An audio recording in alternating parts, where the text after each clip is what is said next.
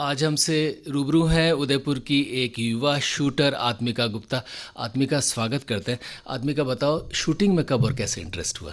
Shooting में मैं जब 10th क्लास में थी तब मुझे इंटरेस्ट आया था। मैंने देखा था कि मुझे कुछ यूनिक करना था, तो मैंने सर्च किया तो मुझे लगा कि राइफ़ल शूटिंग एक ऐसी चीज़ है जो मुझे बचपन से अच्छी लगती है। और तभी बीएन में रेंज खुली थी शूटिंग की, तो मैं वहाँ पे पहली लड़की थी जिसने एनरोल किया था। तो तब से फिर मैंने स्टार्ट किया था शूटिंग को तो परस्यू शूटिंग एक करना। ऐसी चीज़ है जिसको ज़्यादातर आदमियों से, मर्दों से एसोसिएट किया जाता है। कैसे ये जहन में आया कि मैं भी शूटिंग करूं और राइफल पिक करूं? मैं जब पहली बार बीएन रेंज में गई थी तो वहाँ पे एक पोस्टर था, वो अपूर्वी चंदेला का था। तो मैंने देखा तो मुझे कभी as a male dominant sport नहीं लगा। मैंने अपूर्वी चंदेला को देखा, मुझे लगा कि मैं भी कर सकती हूँ ये। और तभी से ही अपूर्वी चंदेला एक आइडल है मेरे लिए।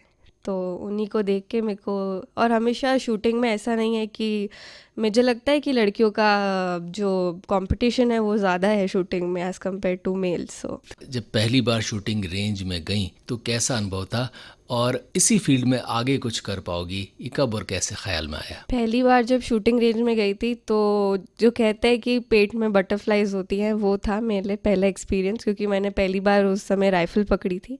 ओपन साइट था, तो काफ़ी दिनों तक मुझे होल्डिंग की प्रैक्टिस करवाई थी, जो कि बहुत इंपॉर्टेंट होती है। लेकिन उसके बाद जब आप पेशेंस के साथ जब शूट करते हैं तो आपको बहुत ज़्यादा खुशी होती है एक हफ्ते बाद। तो वो काफ़ी अच्छा एक्सपीरियंस था, और रोज़ मुझे वही एक्सपीरियंस होता है अब जब मैं भी शूट करती हूँ। जब मुझे लगा कि मेरी जब पहली राइफ़ल आई तो उसको देख के मुझे लगा कि मुझे यही करना है आगे, क्योंकि उसको देख के इतना मोटिवेशन मिलता है आपको कि आपको लगता है कि आपको यही करना है, और परफॉर्मेंस भी फिर आपकी धीरे धीरे अच्छी होती जाती है। तो उसी से लगा कि यही करना है। राइफल स्पोर्ट कहते हैं बहुत महंगा होता है। एक तो इस बात में कितनी सच्चाई है, और अगर महंगा है तो उसके पीछे फाइनेंसेस कैसे और कहाँ से आए? राइफ़ल स्पोर्ट नो डाउट महंगा है। एयर राइफ़ल इतना महंगा नहीं है जितना शॉटगन है, लेकिन महंगा है, ज़रूर महंगा है बाकी स्पोर्ट से। फंडिंग मुझे मेजरली तो मेरे पेरेंट्स के थ्रू ही होती है, लेकिन मैंने गवर्नमेंट के थ्रू अप्लाई कर रखा है। गवर्नमेंट ने काफ़ी सपोर्ट किया है इस चीज़ का, और काफ़ी अनुभवी शूटर्स को वो लोग मदद भी करते हैं, तो मैनेज हो जाता है, ऐसा प्रॉब्लम नहीं आती है। उदयपुर से काफ़ी लोग, अब जिनमें तुम भी शामिल हो, इंटरनेशनल लेवल पर गए हैं और शूटिंग में नाम किया है। उदयपुर में शूटिंग का क्या माहौल है? उदयपुर में मैं मानती हूँ उदयपुर एक शूटिंग का मेजर हब बन चुका है राजस्थान में नहीं, इंडिया में। उदयपुर में पहली रेंज है जो कि इलेक्ट्रॉनिक है, जो जयपुर में भी नहीं है। तो काफ़ी बच्चों को मोटिवेशन मिला है और काफ़ी बच्चे स्पोर्ट के लिए आगे आ रहे हैं। तो मुझे काफ़ी खुशी है इस बात की कि इतनी युवा पीढ़ी आगे आ रही है इस चीज़ के लिए। सबसे पहला एनकरेजमेंट कब और कैसे मिला, या सबसे पहला इवेंट जहां जाकर लगा, या कुछ हासिल किया या हासिल नहीं भी किया हो तो परफॉर्मेंस अच्छी रही हो, जिससे हौसला बढ़ा कि नहीं, इस इवेंट में मैं आगे कुछ कर सकती हूँ? मुझे याद है, मेरा सबसे पहला इवेंट जयपुर में था। डॉक्टर करणी सिंह शूटिंग करके था वो चैम्पियनशिप जो हर साल होती है। उसमें मेरा पहला सिल्वर मेडल था। तो वो मेरी पहली कंपटीशन थी, और 10 मैं metre air 10 rifle. Metre air rifle में, वो मेरी सबसे पहली कंपटीशन थी, और मैंने कुछ एक्सपेक्ट नहीं किया था क्योंकि मेरा एकदम पहला ही गेम था। लेकिन उसमें जब सिल्वर मेडल आया तो मुझे लगा कि मैं और अच्छा कर सकती थी उस परफॉर्मेंस से। तो उसके बाद मुझे काफ़ी मोटिवेशन मिला कि मैं आगे बढ़ सकती हूँ इसमें। उसके बाद के इवेंट्स बताओ, और कौन सा मेजर अचीवमेंट है उसके बाद का? उसके बाद मैंने स्टेट के लिए क्वालिफाई किया था। मैं सेकंड रैंक रही थी स्टेट के लिए। फिर मेरा पहला नेशनल था, तब नेशनल्स में मैंने पहली बार में ही ट्रायल्स के लिए भी क्वालिफाई कर लिया था। फिर मैंने ट्रायल 1 और ट्रायल 2 दिया था। फिर मेरा मेजर अचीवमेंट उसके बाद मैं कहना चाहूँगी नेशनल्स में था पिछले साल, जिसमें मैंने 6 मेडल लिए थे, और वो शायद उस इवेंट में सबसे ज़्यादा मेडल थे मेरे पास। तो वो मेरे लिए एक सबसे मेजर अचीवमेंट था। और अभी फ़िलहाल में सबसे मेजर अचीवमेंट ये है कि मैं एक इंटरनेशनल मेडलिस्ट बन गई हूँ। मेरे पास 2 सिल्वर मेडल हैं अभी एयर राइफल जूनियर चैम्पियनशिप के, जो लीमा में हुई थी। ये इंटरनेशनल इवेंट कैसा था? पहली बार इंटरनेशनल इवेंट में गई थी? पहली बार मेरा पहला इंटरनेशनल इवेंट था, मेरी ट्रिप भी पहली इंटरनेशनल थी। काफ़ी ज़्यादा अच्छा एक्सपीरियंस था, बहुत कुछ सीखने को मिला है, बहुत कुछ जाना है नया, स्पोर्ट के बारे में नया जाना है, बहुत नए लोगों से मिली हूँ, कोचेस ने बहुत कुछ नया सिखाया है, तो काफ़ी अच्छा एक्सपीरियंस था ये। ये बताओ कि पहली बार इंटरनेशनल इवेंट में जाना, क्या उम्मीद थी कि अच्छा परफॉर्म कर पाओगी और मेडल जीत पाओगी? पहला इंटरनेशनल था तो सबने यही कहा था कि आप सिर्फ एक्सपीरियंस के लिए जाइए और कुछ एक्सपेक्ट ना करिए वहाँ जाके, क्योंकि बहुत बड़े लोग आते हैं वहाँ पे, ओलंपिक्स चैम्पियन आते हैं, ओलंपिक की टीमें आती हैं, तो आपको बस अपना नेचुरल परफॉर्म करना है। आप जैसा अपना बेस्ट दे सकते हैं वो जाके दीजिए और प्रेशर ना लीजिए, क्योंकि पहला इंटरनेशनल है। तो मैंने वही किया था, मैं कुछ एक्सपेक्ट नहीं करके गई थी, बस ये था कि मैं जैसा खेलती हूँ मैं वहाँ जाके वो अपने देश का नाम उतना ऊँचा कर सकूँ बस। ये बताओ कि जब सिल्वर मेडल गले में आया तो कैसा अनुभव रहा? सिल्वर मेडल जब गले में आया तो काफ़ी अच्छा एक्सपीरियंस था। पहला मेडल था, देश का झंडा ऊंचा जा रहा था, तो वो काफ़ी रोंगटे खड़े करने वाला था। बस मन में ये था कि आगे यही करना है और अगली बार फर्स्ट आना है और जनगण मन भिजवाना है। आत्मिका, थोड़ी सी बातें करते हैं टोक्यो ओलंपिक्स की। रियो ओलंपिक्स में भी ये हुआ, टोक्यो में भी ये हुआ। बहुत सारी उम्मीदें हमारे शूटर्स से थी, 15 लोग गए थे और सारे अंतर्राष्ट्रीय थे, कुछ के नाम रिकॉर्ड्स भी थे, फिर भी हम परफॉर्म नहीं कर पाए, मेडल नहीं जीत पाए। क्या कारण रहे तुम्हारी नज़र में? मेरी नज़र में कारण ये रह सकता है कि थोड़ी प्रैक्टिस में कमी हो गई होगी या थोड़ा प्रेशर हो गया होगा, क्योंकि क्वारंटीन की वजह से कई बार वो इंटरनेशनल एक्सपोजर नहीं मिल पाता है जो ओलंपिक्स के लिए चाहिए रहता है। तो टोक्यो में तो शायद क्वारंटीन और कोरोना की वजह से हुआ होगा। रियो में टीम अच्छी थी, काफ़ी अच्छी टीम थी, लेकिन कई बार होता है कि रेंज सही नहीं होती है, प्रेशर हो जाता है, तो काफ़ी फैक्टर्स होते हैं जो नहीं आ पाते। लेकिन नो डाउट टीम बहुत स्ट्रॉन्ग थी, लेकिन प्रेशर आ गया होगा आई थिंक मे बी। विजेता, कहते हैं विजेता वही बनता है जो विपरीत परिस्थितियों से लड़ता है। यानी विपरीत परिस्थितियां तो स्पोर्ट में रहती हैं और शूटिंग में तो कंपटीशन बहुत ज़्यादा है, लेकिन इन सब के बावजूद हम विजेता बनते हैं।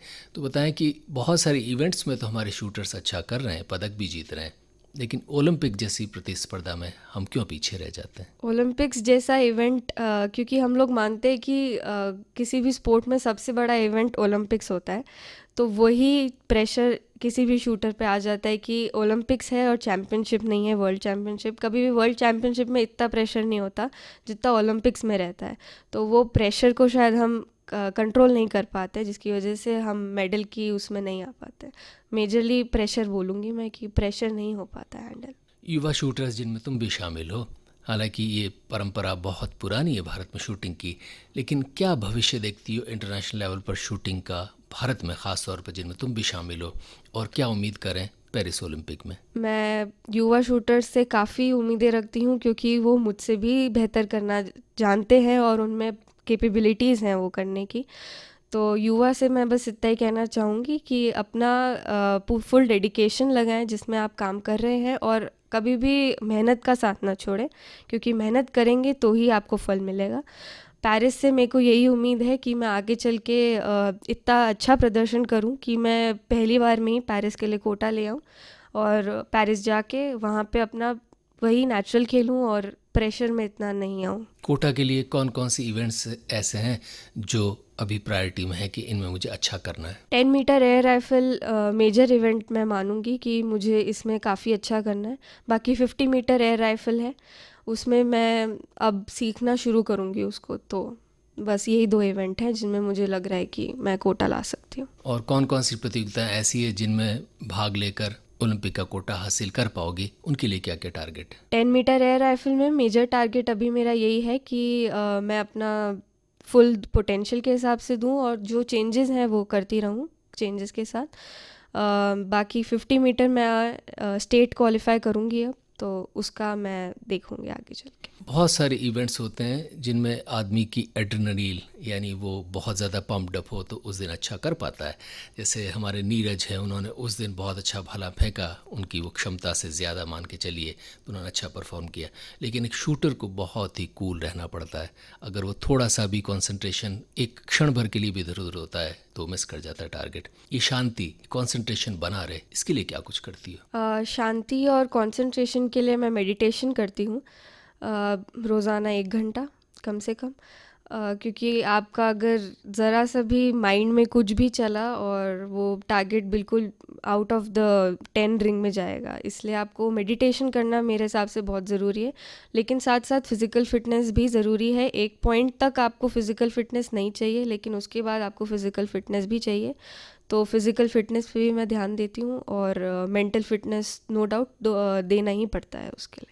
शूटिंग एक ऐसा इवेंट है जिसमें बहुत सारे देश और बहुत सारे देशों के बहुत प्रतिभाशाली शूटर्स पार्ट लेते हैं। चाइनीज़ शूटर्स बहुत अच्छे हैं, ईरान के शूटर्स बहुत अच्छे हैं, सऊदी से भी आते हैं, ऑस्ट्रेलियन है, उसके बाद यूरोप के बहुत सारे कंट्रीज़, इटली, क्रोएशिया वगैरह, अमेरिकन। तो बहुत सारा कंपटीशन रहता है।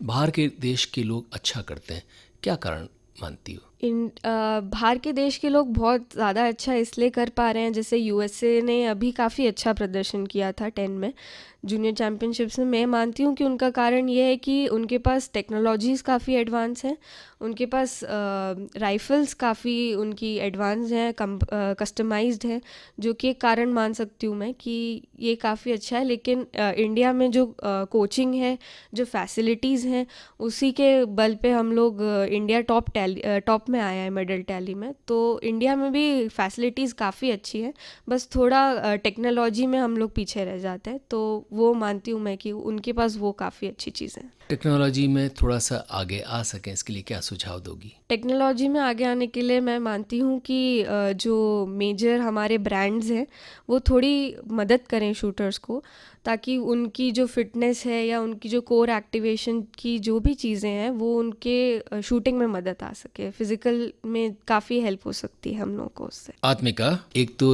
उदयपुर की तमाम लड़कियां, जो हो सकता है कुछ तुमसे छोटी हों कुछ बड़ी हों, उनको क्या कहोगी? मैं बस इतना कहूँगी कि कभी भी अपने आप को ये ना समझे कि मैं लड़की हूँ तो मैं कि ये नहीं कर सकती, क्योंकि मैंने बहुत कुछ ऐसे काम करे हैं कि जो हमेशा मेल डोमिनेंट रहे हैं। तो आप कभी ये ना समझिए कि मैं लड़की हूँ तो मैं ये नहीं कर सकती, और आपके माँ बाप भी ये ना समझे कि आप लड़की हैं आप ये नहीं कर सकती, या आपको सिर्फ पढ़ना चाहिए, या आपको सिर्फ आगे इंजीनियरिंग ही करनी चाहिए या कुछ ऐसा ही करना चाहिए। आपका मन अगर है उस चीज़ में, और अगर आप जानते हैं कि आप उसमें हार्ड वर्क कर सकते हैं, आप डेडिकेटेड हैं उस चीज़ के लिए, तो आप ज़रूर करिए और कभी भी खुद को लड़कों से कम ना समझिए। और तमाम उदयपुर के लोगों से क्या कहोगी? मैं उदयपुर के लोगों से यही कहूँगी कि आप लोगों का ऐसा ही प्यार बना रहे। जब भी मैं आती हूँ आप लोग हमेशा काफ़ी खुले दिल से मेरे को सम्मानित करते हैं, वेलकम करते हैं, तो इसके लिए काफ़ी शुक्रिया करना चाहूँगी। और बस यही कहना चाहूँगी कि आप लोगों का आशीर्वाद बना रहे, और ताकि मैं आगे अपने इवेंट्स में अच्छा कर सकूँ। आत्मिका गुप्ता, बहुत सारी शुभकामनाएं और हृदय से आभार।